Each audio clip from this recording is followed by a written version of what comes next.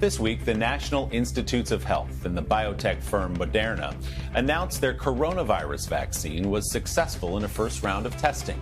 Dr. Anthony Fauci, while dodging jabs from the White House, said of the development, "Any way you slice it, this is good news."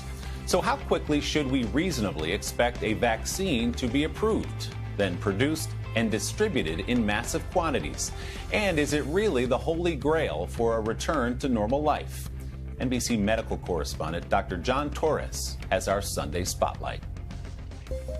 As the world works at a record pace to develop a coronavirus vaccine, some good news this week. Moderna's phase 1 clinical trial data shows all 45 participants developed antibodies that could fight the coronavirus.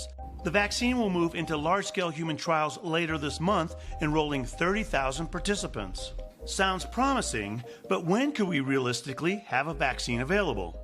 By the end of this calendar year and the beginning of 2021, I feel optimistic that we will have a vaccine, one or more, that we can start distributing to people. But as we edge closer, more questions loom. Who gets the vaccine first? According to the World Health Organization, healthcare workers should get priority, then adults over 65 and people with underlying conditions. Moderna's chief medical officer says it's looking at those groups closely in the next trial. The phase 3 trial is geared towards testing this vaccine in those who need it the most. But will there even be enough of it? It's one thing to have a successful vaccine. It's another thing to make 350 million doses just for the United States. To meet demand, companies have already started producing the vaccines, even though none have received approval. The University of Oxford is expected to release its first clinical trial data tomorrow, yet it's already working to produce 2 billion doses of its vaccine. Moderna says it can deliver 500 million doses a year starting next year. But how effective will a vaccine be? Experts say it's likely the first ones on the market will require multiple doses or booster shots. I think these first vaccines may do the former, may help reduce severity of illness, which is important, but it may be the later vaccines that actually reduce transmission. With over 150 vaccines in development worldwide, we will likely see several approved in the next few years. And I think there's a lot of reason for optimism and encouragement for the first time in a while during this pandemic. A step forward as the race for a vaccine continues.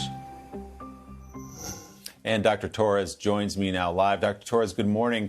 So there is a great distance between arriving at the vaccine, getting it approved, which we got some good news on that this week, as you reported, and fully distributing it, getting into the hands of the people who need it. So when will we be at the point, in your estimation, where we feel like we can begin to return to normal life with that widely distributed vaccine? And good morning, Willie. And the point will be when we get enough of that herd immunity. And experts are saying anywhere from 50 to 70% of people need to be immunized against the virus itself. And that means either they got the virus and they have antibodies or they've gotten the vaccine. The distribution is going to be handled by Operation Warp Speed, or at least we think it will. They're the ones making plans for it. And that's that conglomeration, that partnership between the DOD, the HHS, the CDC, among other entities. They're looking at that right now. They're going to produce the vaccine before it gets approved. So once it gets approved, it's ready to go. As I said in the package here, the dosing will be limited initially. So the first people get it, the healthcare workers, those over 65, and then eventually everybody. But remember, too, when it comes to distribution, it's not just a U.S. distribution, it's a world distribution. So we'll be in the bucket with everybody else, Willie. Yeah, and it is moving at warp speed, as you say right now. Great job by those scientists. Dr. Torres, thank you very much. We appreciate it.